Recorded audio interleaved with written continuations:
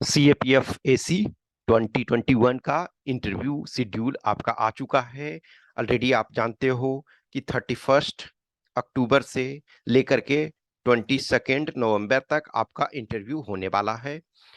जिन candidate का first day होता है उसमें से थोड़ा सा ज्यादा क्यूरिसिटी, फियर रहता है, लेकिन जैसे जैसे आगे इंटरव्यू बढ़ते जाता है वैसे वैसे लोगों को थोड़ा सा कंफर्टेबल फील होने लगता है। जो बाद में डेट वाले कैंडिडेट होते हैं उनको कंफर्ट फील होने लगता है। बट एनीवे, आज फर्स्ट डे भी जिनका इंटरव्यू है, एटलीस्ट आप प्रायर एक्सपीरियंस, आपके बहुत सारे वीडियोस, बहुत सारे ट्रांसक्रिप्ट आपके पास होते हैं जो कैंडिडेट पहले इंटरव्यू दे चुके हैं उनसे संबंधित। लेकिन पहले क्या होता था कि अब वो इंफॉर्मेशन आपके पास उतना नहीं होता था तो दिक्कत होता था। तो आज आपके पास सारे इंफॉर्मेशन होते हैं, चीजें होती है। But every time always remember, आपके पास कितना भी इंफॉर्मेशन दिया जाए, आपके पास कितनी भी सूचनाएं हो, कितनी भी इनपुट हो, जो एक फियर फैक्टर होता है, नो डाउट होता है। बट जो फियर है वो अपने आप में बुरा नहीं है। वो महाभारत में कहते हैं ना, एक जगह जब युद्ध होने लगता है तो कर्ण से उसके सारथी शल्य कहते हैं कि सामने जो देख रहे हो, अर्जुन के सामने तो कोई भी टिक नहीं सकता है। तो कर्ण बोलता है कि आप हमको नहीं जानते हैं। तो एक ऐसा वक्त आता है, अर्जुन बोलता है कि मद्र नरेश, सामने देख रहे हैं, सामने का दृश्य बड़ा ही मनोरम है।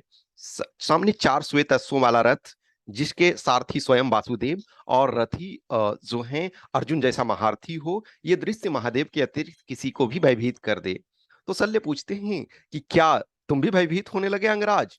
तो बोला, वो काट के योद्धा होते हैं मद्र नरेश जो भयभीत नहीं होते हैं। तो डर, फियर एक हमेशा होता है। चाहे अब हम यहाँ, आप युद्ध की बात मैं नहीं कर रहा हूं कि आप युद्ध में जा रहे हो और जीवन और मृत्यु का प्रश्न है, लेकिन यहाँ बहुत सारे ऐसे कैंडिडेट हैं जिनके लिए एक बहुत ज्यादा आपने टाइम, एनर्जी, इन्वेस्टमेंट, प्रेस्टीज आपका दांव पे लगा हुआ है। बहुत सारे लोग हैं जो अपने पेरेंट्स से बोल रखे होंगे कि सिलेक्शन हमारा मोस्ट प्रोबेबली हो जाएगा, या बहुत सारी समस्याएं होती है। बहुत लोग होते हैं जिनकी फैमिली के लिए ये रहता है एक बहुत बड़ा होप कि अब ये सिलेक्शन हो जाएगा तो हमारे लिए लाइफ चेंज हो जाएगा। एक आप बहुत सिंपल फैमिली से बिलोंग करते हो, वंस आपका सिलेक्शन हो गया तो आपकी फैमिली की जो financial condition, status, social status, सारा चीज चेंज होता है। कुछ ऐसे हैं जिनको कोई फर्क नहीं पड़ता है सिलेक्शन हो ना हो, या उनकी फैमिली ऑलरेडी इस कंडीशन में है कि सिलेक्शन हो करके भी ऐसा नहीं है कि वो चेंज करेंगे। हाँ, उनकी लाइफ स्टेबल होगी, उनका जो करियर है वो ये एटलीस्ट है कि हम अपने पैरों पे खड़ा हो गए। तो हर कैंडिडेट अलग अलग पर्पज के लिए आप दे रहे हो। हाँ, कुछ कैंडिडेट हो ऑलरेडी जिनके पास फाइनल सिलेक्शन किसी और जॉब में हो गया है, कुछ लोग ऑलरेडी ट्रेनिंग कर रहे हो, कुछ ऑलरेडी जॉब कर रहे हो। तो एवरी टाइम हर टाइप के कैंडिडेट होते हैं। फॉर एग्जांपल, मैंने ऑलरेडी बताया कि 454 कैंडिडेट हैं, इसमें से 20-30 कुछ कैंडिडेट ऑलरेडी सिलेक्शन हो गया है तो वो बाहर माने जाए होंगे। कुछ कैंडिडेट हैं ऑलरेडी इतने दिन में उनका सिलेक्शन हो गया और उनको लगता है कि मैं बेटर जगह पे, इससे बेटर जगह पे सिलेक्शन हो गया है, तो वो इसमें नहीं आएंगे। लेकिन जो आप आओगे, अब आपके लिए टाइम आ चुका है, शेड्यूल पब्लिश हो चुका है, अब आपका इंटरव्यू होगा। इनिशियली देखो, बहुत बार मैं, मुझे भी खुद लगा था कि एवरी टाइम नॉर्मली इधर कोविड से चीजें गड़बड़ हो गई है, अदरवाइज नॉर्मली होता था कि नेक्स्ट ईयर के एग्जाम से पहले हो जाता। तो रूल्स ये था, मतलब रूल्स उसको हम नहीं कर सकते हैं, मतलब ट्रेडिशन ये था कि आपका जो इंटरव्यू वगैरह रिजल्ट आ जाना चाहिए था 7 अगस्त के पहले ही, बट नहीं हुआ। तो ठीक है, आप में से बहुत सारे ऐसे हो जो 22 वाले भी रिटेन क्वालिफाई कर चुके हो, रिटेन पार्ट क्वालिफाई कर चुके हो, बट वो अपनी जगह है। अब आपके पास जो इतनी दिन बचे हुए हैं, कुछ लोग हो कि फुल फ्लेज्ड प्रिपरेशन पे अब फोकस करोगे, कुछ लोग हो जिनका ऑलरेडी मेंस है, फॉर एग्जांपल स्टेट पीसीएस का, बहुत सारे ऐसे कैंडिडेट हो। मैं सबके बारे में नहीं कर सकता हूँ, लेकिन जो मेरे से जुड़े हुए हो मैं उनके बारे में कह सकता हूँ, क्योंकि 10+ ऐसे मेरे से जुड़े हुए कैंडिडेट हैं जिनका कमिंग डेज में स्टेट पीसीएस का अपने अपने रिस्पेक्टिव स्टेट्स का मेंस है। किसी का कहीं का है, किसी का कहीं का है, तो वो अपना देंगे। लेकिन आपको इसमें भी टाइम देना, हाँ, ये वो चीज नहीं है जिसमें कि आपके मार्क्स जो है कितने क्वेश्चन सही करते हो और कितने गलत उस पर। आपका जो रिटन पार्ट क्या है, आपने 100 क्वेश्चन अटेम्प्ट किए, अब उसमें से कितने सही हैं और कितने गलत हैं उस पे मार्क्स डिपेंड करता है। लेकिन यहाँ हो सकता है जो कैंडिडेट 100, मान के चलो हम थोड़ी देर के लिए कि 20 क्वेश्चन है, 20 क्वेश्चन में किसी ने 20 का 20 रिप्लाई कर दिया और किसी ने 20 में से 18 का रिप्लाई किया, हो सकता है 20 में से 18 का जो रिप्लाई किया, 20 में से 15 का जो रिप्लाई किया, उसको ज्यादा मार्क्स मिले बनिस्पत की 20 में से 20 की किसी ने रिप्लाई कर दिया। तो यहाँ डिफरेंट चीजें चलती है, यहाँ आपका ओपिनियन मायने रखता है, यहाँ किसी क्वेश्चन का रिप्लाई करना मेन मायने नहीं रखता है।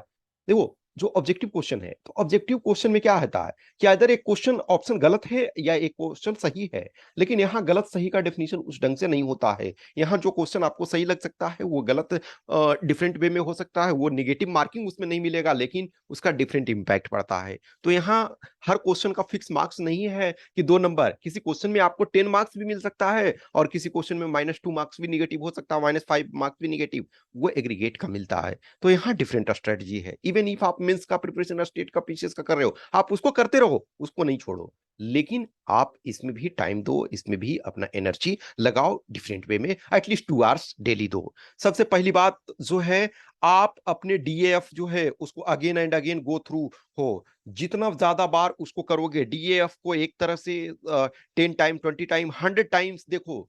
डीएएफ के हर जो एक एक वर्ड है वो अपने आप में इंपॉर्टेंट है। हर कैंडिडेट का डीएफ जैसे ग्रुप में अलग अलग है, इन द सेंस की जनरल कैंडिडेट जो है, जो जनरल कैटेगरी वाले हैं, उनका डीएफ सबसे छोटा है। फिर ओबीसी, एससी, एसटी और ईडब्ल्यूएस, ये सब के कैंडिडेट के डीएफ बड़े हैं, क्योंकि उसमें कुछ और चीजें भरनी है।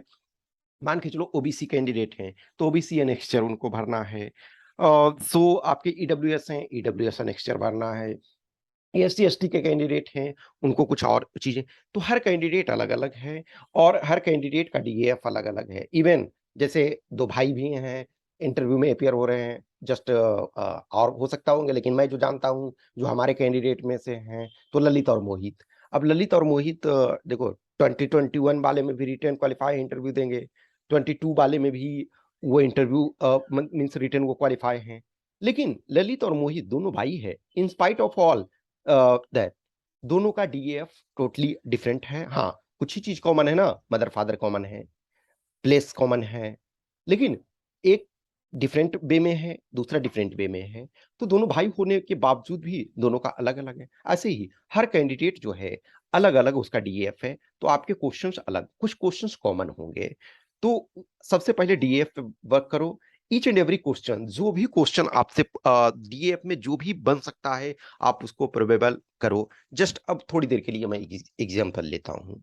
अब कोई बहुत सारे जैसे इस बार कैंडिडेट हमारे जो भी इंटरव्यू में हैं, महाराष्ट्र से कई हैं। अब मान के चलो कोई महाराष्ट्र से है, महाराष्ट्र में अभी जो कुछ हो रहा है, जैसे आप देखोगे कि बाला साहब ठाकरे के टाइम से जो आपका शिवाजी मैदान था, वहां जो दशहरा में जो बाला साहब ठाकरे संबोधित करते थे अपने शिव सैनिकों को, अब इस बार क्या हुआ कि शिव सैनिक दो ग्रुप में बट गए। एक आपके सीएम के साथ हैं, एक पूर्व सीएम के साथ हैं, एक एकनाथ शिंदे के साथ हैं, और दूसरे कुछ लोग जो हैं वो आपके उद्धव ठाकरे के साथ। अब दोनों ने क्या किया, अलग अलग अपना स्ट्रेंथ दशहरा में दिखाया। तो जो अपने चीफ मिनिस्टर अभी वर्तमान के हैं वो बारला एक सेकेंड, जो भी है कम्प्लेक्स, क्या Kurla complex, exact I am forgetting, जो भी है, sorry Bandra Kurla complex, okay. तो बांद्रा कुर्ला कम्प्लेक्स में उन्होंने संबोधित किया। और जो पूर्व सीएम है उद्धव ठाकरे, उन्होंने जो है शिवाजी मैदान में, हिस्टोरिक शिवाजी मैदान में उन्होंने अपने जो भी सपोर्टर हैं उनको संबोधित किया।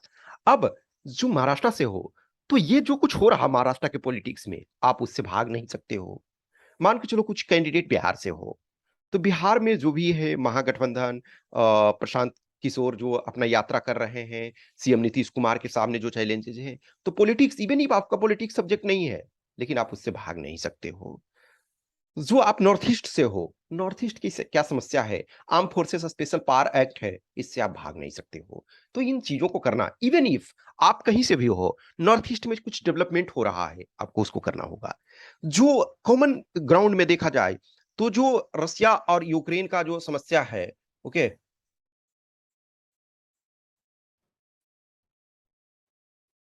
तो रसिया और यूक्रेन की आपकी जो समस्या है, उसको आपको ये करना है, उसको आपको उसके ऊपर भी ये वर्क करना है, ओके।